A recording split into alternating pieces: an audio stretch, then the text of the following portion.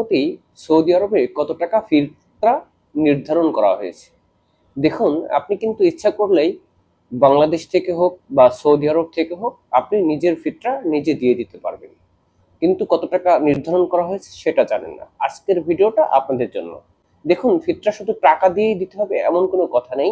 আপনি ইচ্ছা করলে বিভিন্ন খাদ্যপণ্য দিয়েও ফিতরা দিতে পারেন, যেমন গম, পনির, কিশমিশ, বাদাম, চাউল ইত্যাদি খাদ্য শস্য আপনি ইচ্ছা করলে এই পণ্য কিছু নিয়ম অনুসারে দিলে আপনার ফিতরা কবুল হয়ে যাবে ইনশাল্লাহ। দেখুন, আমি ইতিমধ্যে সৌদি আরবে দেখেছি বিভিন্ন শহরে তারা বিভিন্ন খাদ্যপণ্য নিয়ে রাস্তার মোড়ে মোড়ে বসে থাকে এবং এই খাদ্যপণ্য বিতরণের মাধ্যমে তাদের ফিতরা সম্পন্ন করে। এখন আসেন, জন প্রতি কত টাকা সৌদি আরব ফিতরা দিয়ে থাকে।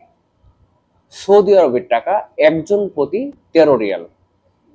এটা বাংলাদেশের টাকায় আসে 260 টাকা সামথিং। 260 টাকা সামথিং।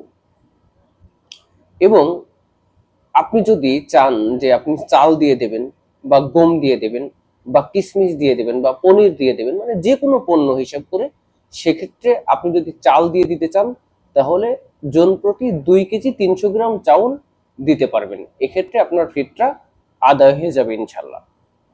যদি চান আপনি বাংলাদেশ থেকে দেবেন তাহলে সৌদি আরবের যে নির্ধারণ করা আইন যে 13 রিয়াল, আপনি 13 রিয়াল সমান বাংলাদেশে এই টাকাটা দিয়ে দিতে পারেন এবং 2 কেজি 300 গ্রাম চালের সমান চাল আপনি ইচ্ছা করলে বাংলাদেশে ফিতরা দিয়ে আপনার ফিতরা সম্পূর্ণ করতে পারেন। ধন্যবাদ। ভিডিওটা ভালো লাগলে অবশ্যই সাবস্ক্রাইব করবেন, কারণ এই মুহূর্তে ভিডিওটা অনেক গুরুত্বপূর্ণ। অনেক প্রবাসী ভাই জানতে চাই যে সৌদি আরবে ফিতরা কত। অনেকে সৌদি আরব থেকে দিয়ে দেয়, অনেকে বাংলাদেশ থেকে দিয়ে দেয়। সৌদি আরব থেকেও দিতে পারবেন।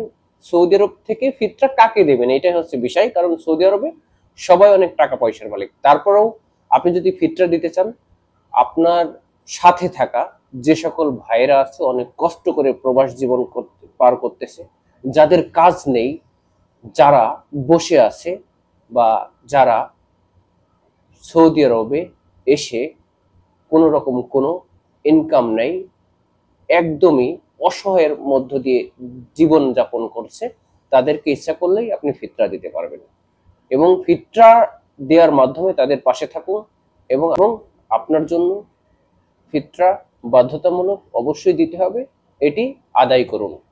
ধন্যবাদ।